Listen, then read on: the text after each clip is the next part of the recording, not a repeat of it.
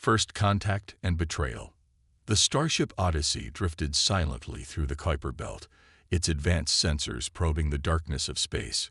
Captain Sarah Chen stood at the bridge's observation window, her weathered face reflecting off the reinforced glass. After 15 years of deep space exploration, humanity had finally pushed beyond the solar system's boundaries, carrying dreams of peaceful first contact. They found it, but not in the way anyone had hoped. The first sign came as a subtle distortion in their long-range scanners.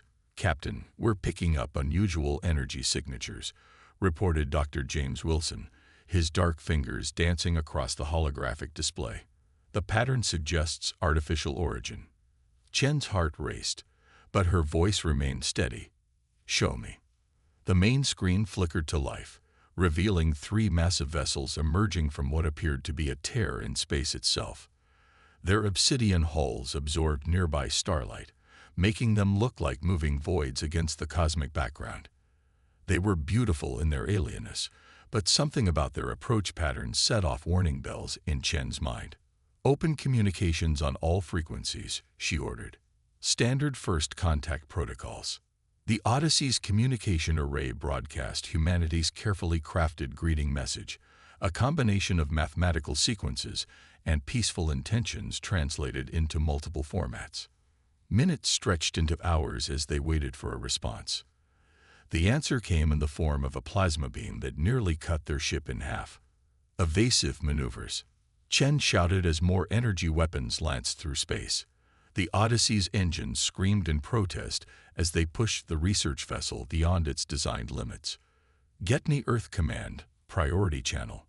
The ship shuddered as another blast grazed their port side.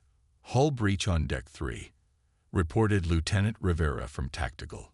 Shields failing." Chen made a decision that would change human history. "Initiate the Black Box Protocol. Send everything we've got on their weapons and ships back to Earth. They need to know what's coming."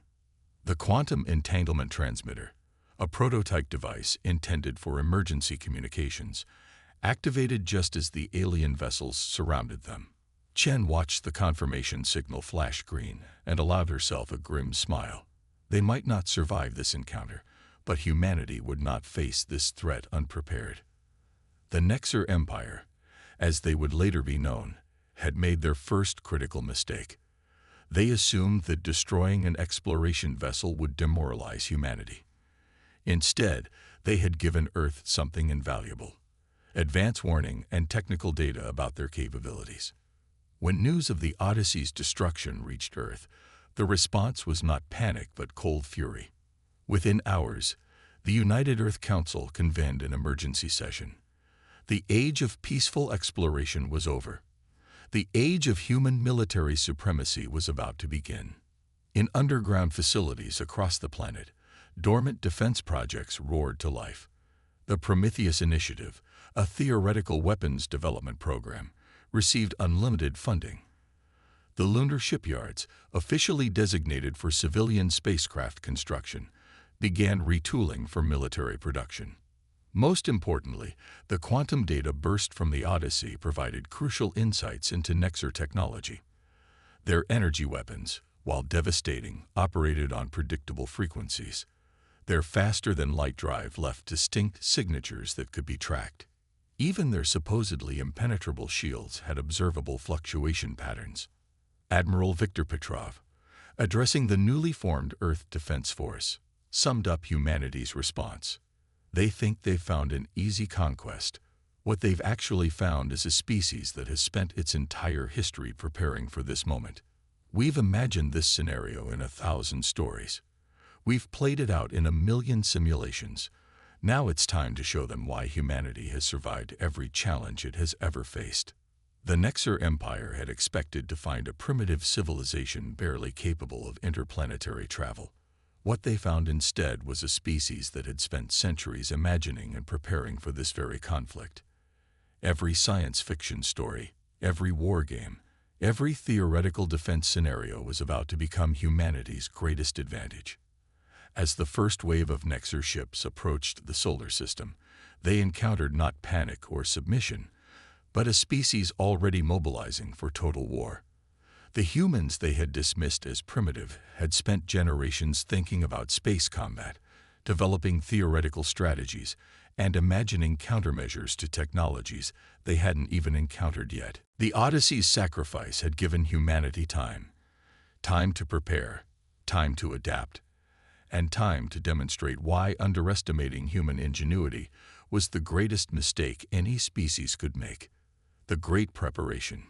Deep beneath the Mariana Trench, in a facility known as the Nautilus Complex, Dr. Maya Patel watched as her team tested the latest iteration of the quantum shield matrix. The massive chamber, reinforced with layers of advanced composites, housed a prototype that would revolutionize human defensive capabilities. Initiating Test Sequence Alpha, announced her assistant, Dr. David Foster. The air crackled with energy as they replicated the exact frequency of Nexar weapons, based on data from the Odyssey's final transmission. The shield didn't just deflect the energy beam. It absorbed and redirected it, turning the enemy's power against itself. Maya allowed herself a small smile. Send the results to Admiral John. Tell him Project Aegis is ready for full-scale implementation. Similar breakthroughs were happening in facilities across Earth and throughout the solar system. On Mars, the Armstrong Military Academy had transformed into a training ground for space combat specialists. Colonel Marcus Rodriguez watched as cadets mastered combat maneuvers that would have been impossible just months ago. "You're thinking in 2 dimensions again," he barked at a group of trainees. "Forget everything you know about traditional warfare. In space, there is no up or down. Your enemy can attack from any vector, at any time." The cadets adjusted their simulator pods, learning to fight in ways that would confound the Nexar's rigid tactical doctrine. Human adaptability would prove to be one of their greatest weapons. In orbit around Jupiter, the massive shipyards of Europa Station worked at full capacity. Chief Engineer Sophia Chen supervised the construction of humanity's first true warships. Unlike the elegant but predictable designs of the Nexar, human vessels incorporated centuries of theoretical warfare concepts and out-of-the-box thinking. The Nexar rely too heavily on energy weapons, Chen explained to visiting Admiral Petrov. "So we've developed ships that can turn their own power signatures against them. Every blast they fire makes our shields stronger, our countermeasures more effective." The flagship of the new fleet, the EDF Prometheus, represented everything humanity had learned about warfare throughout its history. Its hull, composed of self-repairing nanomaterials, could adapt to different types of attacks. Its weapon systems, inspired by Earth's vast arsenal of theoretical weapons, included technologies the Nexar had never encountered. But humanity's greatest advantage lay not in its technology, but in its diversity of thought. The Earth Defense Force drew upon military traditions from every culture, combining strategies that had evolved over thousands of years of human conflict. Admiral Sandra O'Malley, commanding the newly formed Ghost Fleet, implemented guerrilla warfare tactics that would have been familiar to ancient resistance fighters. "The Nexar expect a conventional war," she told her crew. "They'll be looking for large fleet formations, predictable attack patterns. We'll give them chaos instead." The Ghost Fleet's ships, incorporating revolutionary stealth technology developed in the Amazon underground complex, could approach within striking distance of Nexar vessels without being detected. They would be humanity's hidden dagger, waiting for the perfect moment to strike. In the Antarctic Command Center, General Hassan Ibrahim coordinated the global defense network. Holographic displays showed the position of every Nexar ship approaching the solar system. Thanks to the quantum sensors developed from the Odyssey's data, humanity could track their enemies' movements with unprecedented precision. "They're maintaining their standard formation," Ibrahim noted. "They still think we're primitive savages barely capable of spaceflight. That arrogance will be their downfall." The Nexar advance had slowed, their initial confidence shaken by the lack of easy targets. The solar system's outer defense platforms, disguised as research stations, tracked their every move. But the aliens had yet to encounter humanity's true defensive capabilities. Through quantum entanglement communications, a technology the Nexer had dismissed as theoretically impossible, Earth's forces coordinated their preparations. Every ship, every weapon, every tactical plan was part of a strategy that would demonstrate why humanity had survived countless near-extinction events throughout its history. As the final pieces fell into place, Admiral Petrov addressed the combined Earth Defense Force. For centuries, we imagined this moment in our stories, our games, our dreams. We created thousands of scenarios about first contact and interstellar war. Now, those imaginations become our blueprint for victory. The Nexer thought they found an easy target. Instead, they found a species that has been preparing for this fight since we first looked up at the stars. The stage was set. Humanity's trap was ready. All they needed now was for the Nexer to spring it. Operation Starbreak. The Nexer fleet emerged from faster-than-light travel at the edge of the Kuiper Belt, exactly where Earth's strategists had predicted. 300 warships, their obsidian hulls reflecting the distant sunlight, moved in perfect geometric formations. Their confidence was evident in their approach. No evasive maneuvers, no scout ships, just raw power on display. Admiral Sandra O'Malley watched from the bridge of the EDF Prometheus as the enemy advanced. The massive view screen showed the Nexer fleet's approach, each ship tagged with detailed tactical data gathered over months of observation. "Time to show them why you don't underestimate humans," she said quietly. "Initialize Operation Starbreak." Throughout the solar system, humanity's forces waited in carefully planned positions. The Ghost Fleet, hidden by their quantum stealth fields, had already infiltrated the gaps in the Nexer formation. Automated defense platforms, disguised as debris from previous skirmishes, tracked every enemy vessel. The Nexer commander's transmission came exactly as expected. A demand for immediate surrender, broadcast on all frequencies. O'Malley allowed herself a grim smile as she gave the order that would change the course of the war. Launch the Fireflies. Thousands of tiny objects, each no larger than a coffee cup, detached from various positions across the solar system. The Nexer sensors registered them as space debris, their energy signatures masked by revolutionary human stealth technology. By the time they recognized the threat, it was too late. The Fireflies, inspired by Earth's insects, swarmed the Nexer vessels. Each carried a quantum disruptor that interfered with the alien ship's shield frequencies, creating microscopic gaps in their defenses. It wasn't enough to destroy them, but it was never meant to. Ghost Fleet, initiate attack pattern Guerrilla 3. O'Malley commanded through quantum-encrypted channels. Suddenly, the seemingly empty space around the Nexer fleet came alive. Human warships materialized from nowhere, their stealth systems dropping just long enough to launch precision strikes through the gaps created by the Fireflies. Dozens of Nexer ships fell in the first assault, their supposedly impenetrable defenses bypassed by humanity's unconventional tactics. The Nexer response was predictable. They attempted to form a defensive sphere, a textbook maneuver that human strategists had anticipated months ago. That's when Phase 2 of Operation Starbreak began. The debris field around the battlefield suddenly shifted. What the Nexer had dismissed as scattered rocks and destroyed satellites revealed themselves as disguised weapon platforms.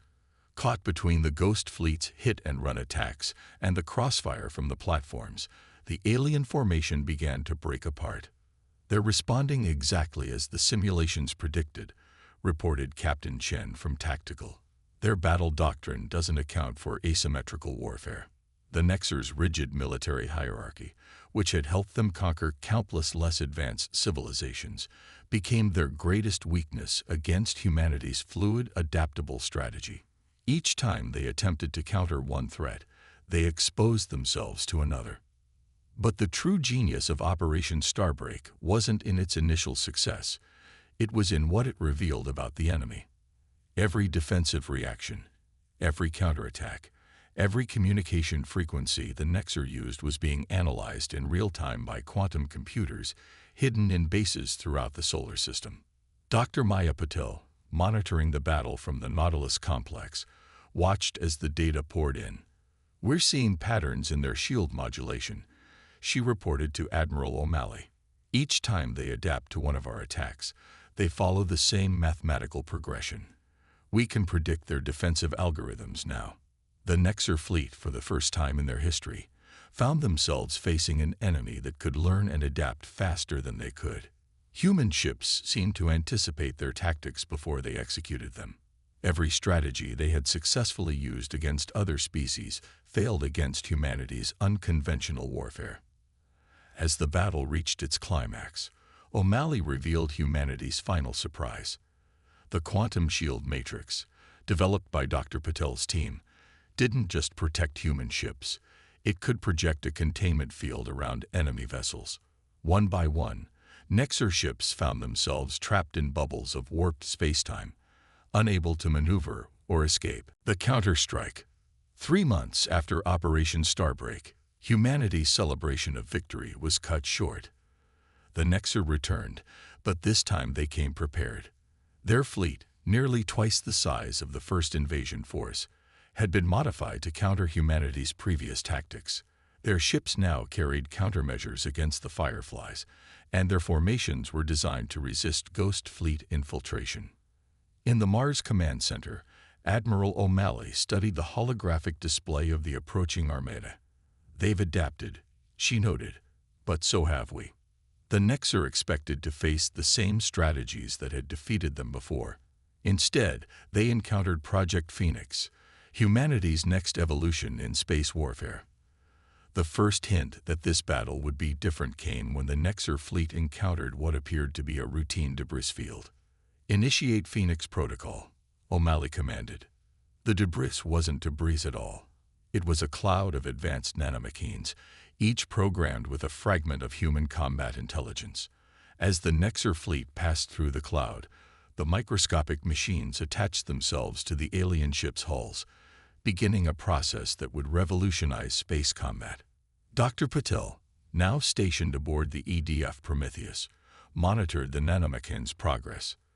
"The molecular disassemblers are working exactly as designed," she reported. "They're not just damaging the ships, they're learning their composition, adapting their attack patterns in real time." The Nexar discovered, to their horror, that their vessels were being consumed from the outside in. The nanomachines converted the very material of their ships into more nanomachines, creating a cascading effect that spread through their fleet like a technological virus. But humanity didn't rely on a single strategy. As the Nexar frantically tried to counter the nanomachine threat, the Earth Defense Force unveiled their next innovation. The quantum shield matrix had evolved into something far more aggressive. It could now create localized space-time distortions that the humans called gravity wells. Captain Marcus Rodriguez, commanding the newly commissioned EDF Thermopylae, demonstrated the technology's devastating potential. His ship generated a gravity well in the heart of the Nexar formation, causing their perfectly ordered ranks to collapse into chaos as ships were pulled inexorably toward a point of compressed spacetime. "Remember what I taught you about thinking in 3 dimensions?" Rodriguez transmitted to his former cadets, now commanding their own vessels. "Time to put those lessons to use." Human ships danced through the distorted space with precision that seemed impossible, their crews trained to fight in conditions that defied conventional physics. The Nexar, despite their technological advancement, found themselves unable to cope with battlefield conditions that changed from moment to moment. But the true masterstroke of humanity's defense came from an unexpected source. Dr. James Wilson, who had survived the destruction of the Odyssey and spent months studying Nexar psychology, had developed a theory about their command structure. "They operate on absolute certainty," he explained to the War Council. "Their entire civilization is built on the idea that superior technology equals inevitable victory. When that certainty is shaken, their entire strategic framework begins to collapse." Acting on this insight, humanity deployed their most sophisticated electronic warfare systems yet. Quantum computers broadcast signals that mimicked Nexar command protocols, creating confusion in their rigidly hierarchical fleet structure. Ships received contradictory orders, Battle groups turned against each other, and carefully planned formations dissolved into disarray. The Nexer commander, desperate to regain control, committed their forces to a final, massive push toward Earth. It was exactly what humanity had been waiting for. The Ghost Fleet, which had been quietly massing behind Saturn's rings, emerged for a devastating flanking attack. "All ships, execute Operation Thunderbolt," O'Malley ordered. The combined human fleet struck from multiple vectors simultaneously, their attacks synchronized with a precision that the Nexer's compromised command structure couldn't match. Ghost Fleet vessels appeared and disappeared like phantoms, striking critical systems before vanishing back into the void. The nanomachine swarms, now evolved through multiple generations of adaptation, tore through Nexer defenses with terrifying efficiency. In the chaos of battle, something unprecedented occurred. A Nexer dreadnought, its command systems corrupted by human cyber warfare, transmitted an open signal, not a tactical communication, but something that sounded almost like fear. "They're breaking," Wilson observed from his station on the Prometheus. "Not just tactically, but psychologically. They can't comprehend how a primitive species could so thoroughly dismantle their perceived superiority." The battle reached its climax as the Nexer fleet, its formations shattered and its command structure in ruins, began a desperate retreat. But this time, humanity was prepared for their withdrawal. Quantum sensors tracked their faster-than-light signatures, ensuring they couldn't regroup undetected. As the last enemy ships fled the solar system, Admiral O'Malley addressed the combined Earth Defense Force. "Today's victory isn't just about superior tactics or technology," she declared. "It's about the human spirit, our ability to adapt, to innovate, and to overcome any challenge through sheer determination and creativity." But even as humanity celebrated their second major victory, they knew the war was far from over. The Nexer would return, and next time, they would bring the full might of their empire. The final battle for humanity's survival was yet to come. Victory among the stars. 1 year after humanity's successful defense against the Nexer counterstrike, Earth's long-range quantum sensors detected something unprecedented. The largest fleet ever assembled in known space was approaching the solar system. The Nexer Empire had committed their entire military force to this final assault. "They're throwing everything they have at us," Admiral O'Malley observed from the bridge of the EDF Prometheus. The holographic display showed thousands of enemy vessels, ranging from nimble fighters to massive dreadnoughts. "Time to show them everything we've got." But humanity had spent the past year preparing for this moment. Deep within the Nautilus complex, Dr. Maya Patel and her team had developed their most ambitious project yet, the Quantum Entanglement Network, or QEN. This revolutionary system would allow the entire human fleet to act with perfect coordination, sharing data and responding to threats in real time. "All ships, initialize QEN protocols," O'Malley commanded. Across the solar system, human vessels lit up with new energy signatures as they joined the network. The greatest strength of humanity, its ability to work together, to combine individual insights into collective action, was about to be demonstrated on an unprecedented scale. The Nexer fleet emerged from faster-than-light travel in a massive sphere formation, clearly intending to overwhelm Earth's defenses through sheer numbers. Their first wave of attacks was met with minimal resistance, exactly as planned. "They think we're weak," Captain Rodriguez transmitted from the Thermopyla. "Let's show them how wrong they are."